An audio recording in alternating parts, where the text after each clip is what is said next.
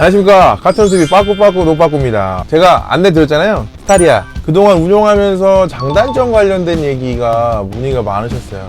제가 진짜 실제로 운영하면서 느꼈던 장단점에 관련해서 좀 정리를 했거든요. 궁금하셨을 것 같은 내용들까지 다 어느 정도는 좀 포괄해가지고 지금부터 하나씩 좀 말씀을 드려보도록 하겠습니다. 현재 스타리아 안에 실내 내부고요. 현재 차량은 시동이 걸려 있는 상태입니다. 제가 일단 LPI 엔진의 기준으로 좀 장단점을 먼저 좀 볼까 합니다. LPI 차량 그리고 디젤 차량의 종류가 있지만 제일 궁금해하는 거 뭐예요? 연비잖아요, 연비. 과연 LPI 이 3500cc 차량의 이 큰 덩치의 차량을 연비가 과연 얼마가 나올까? 되게 저도 많이 궁금했거든요. 저도 나름대로 차량이 나오기 전에 유튜브도 좀 검색을 해보고 찾아봤는데 정말 느낌이 확 오는 정보 데이터는 없었어요. 근데 제가 정말 운영을 하면서 느꼈던 부분 중에 연비 관련된 부분을 말씀을 드릴게요. 고속주행을 70km에서 80km 이상으로 달리는 상황, 60에서 62km 이상으로 맡기지 않고 달리는 상황, 그리고 뭐 한 30km 미만으로 운행하는 저속 구간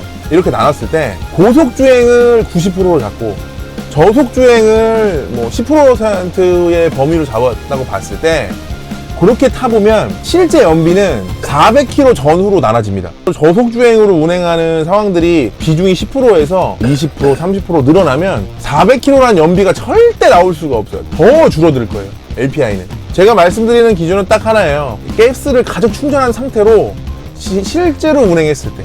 제가 운행을 해보니까 저는 고속주행 60km 이상으로 달렸던 구간이 90% 정도 비중이고 40km 미만으로 달렸던 구간이 한 10% 정도 됩니다. 일부러 이제 안 막히는 시간에 많이 움직이려고 노력을 했어요. 해보니까 실제 연비는 400km를 넘겨요.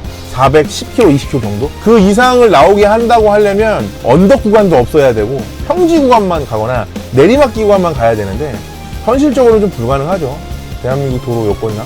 참고하세요. 정말 이거는 제가 실제로 운행을 하면서 저도 궁금했던 부분들이 있었기 때문에 실제로 체감을 하고 정말 피드백을 정확하게 드리려고 노력하는 거예요. 구간에 따라 다르겠지만 400km를 보통은 넘길 거예요. 그래서 일반적으로 휘발유나 디젤 차량을 많이 운용하신 분들은 아마 그런 느낌이 받을 겁니다. 충전을 너무 자주 하는 것 같아요.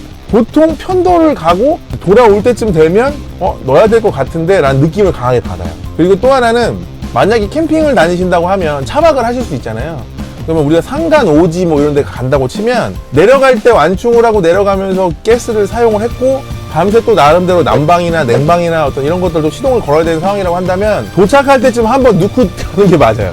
현재 스타리아 차량 옵션을 좀 집어넣은 차량 같은 경우에는 정말 초반대 차량들 실제적으로 뭐 어떤 이 공간감이나 감성이나 여러 가지 운용하는 것들을 봤을 때 4천만 원대의 차량의 수준이 맞다 또는 수준이 아니다 호불호와 논란들이 좀 있을 수 있습니다. 하지만 제가 판단할 때는 실제로 운용을 해보니까 그 정도의 가치의 값을 하는 것 같다라는 개인적인 좀 생각이 듭니다. 개인적인 생각입니다. 오해하지 마세요. 다시 한번 종결해서 말씀드릴게요.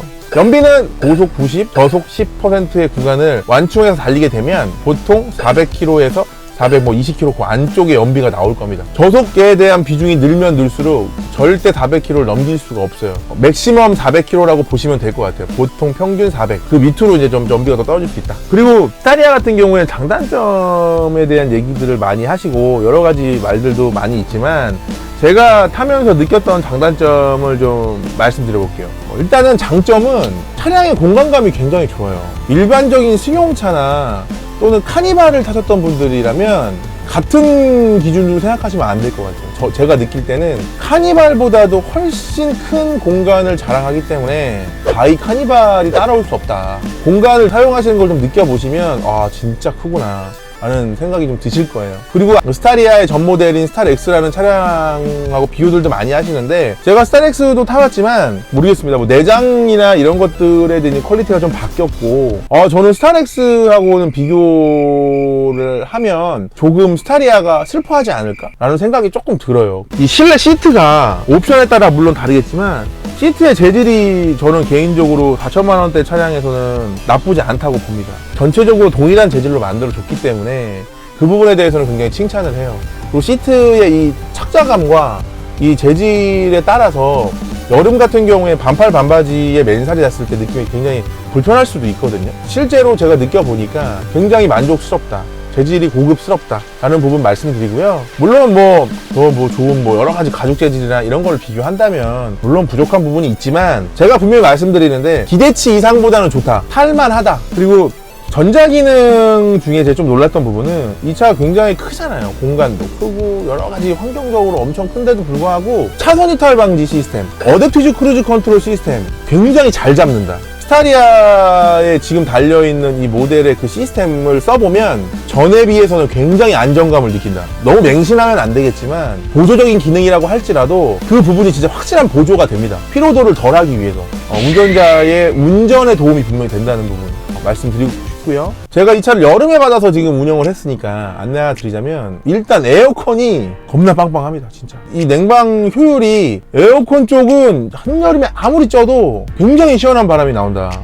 이거는 실제로 차량을 구매하시거나 하신 분들이 여름에 에어컨을 한번 틀어보면 아실 거예요. 다른 차량들에 비해서. 개인적인 생각입니다. 모든 현대차나 기아차든 간에 안드로이드 기반의 네트워크 서비스를 많이 쓰잖아요. 소위 말하는 현대 같은 경우에는 블루링크 서비스가 이제 쓰게 되는데, 블루링크 서비스를 경험을 해보신 분과 안 해보신 분들의 차이는 굉장히 크다고 봅니다. 단편적으로 말씀드리면 모바일을 이용해서 차량을 원격 제어하는 시스템이에요. 내가 몸을 저 멀리 있어도 모바일 기기를 이용해서 내 차량에 시동을 걸거나 문을 열거나 문을 잠그거나 에어컨의 온도를 조절한다든지 이런 부분들을 제어가 가능해요. 근데 이 부분이 당연한 거 아니냐라고 말씀하실 수도 있는데요. 당연하다고 느끼는 부분도 물론 있겠지만 당연하다기보다는 굉장히 많이 발전했고 그에 대한 편의적인 부분이 굉장히 장점이 된다. 예전 같은 경우에 이런 게 있어요. 그 경보기라는 시스템, 혹시 우리 구독자님들 중에 알고 계실 텐데, 경보기라는 시스템이 뭐냐면 차량에 이제 리모컨으로, 예를 들어 겨울 같은 경우에 차 좀 열도 좀 올려야 되고 안에 히터도 좀 틀어서 좀 데펴놓은 상태에 내가 준비가 끝나고 나서 차에 딱 갔을 때 그렇게 타고 싶은 것 때문에 경보기나 이런 시스템들을 우리가 말하는 애프터마켓 제품들로 많이 달았었거든요. 지금은 그 문화와 수준이 이제 많이 바뀌었다는 거예요. 우리가 삶을 살면서 차량을 유지하는 기간 동안 굉장히 편하다라는 걸 말씀드리고 싶어요. 블루링크 시스템을 사용을 하면서 저 역시도 진짜 편하구나 라는 부분을 많이 느낍니다. 실제로 처음 경험하시는 분들은 아마 많이 편하다는 느낌을 받으실 거예요. 그리고 차량이 높은 데다가 차 유리도 원체 길고 크다 보니까 운전할 때 그 어떤 피로감이 좀 덜하다. 여러 가지 제반적인 여러 영향도 있겠지만은 단점이라고 하는 부분들도 여러 가지 좀 찾아볼 수가 있는데요. 그거에 따른 단점이라서 이 정도는 좀 받아들이실 수 있지 않을까? 냉각수 점검을 좀 자주 하셔야 될 것 같아요. 제가 진짜 현대 관계자분들이 보신다면 추후에 이 시스템을 분명히 바꿔야 된다, 이거.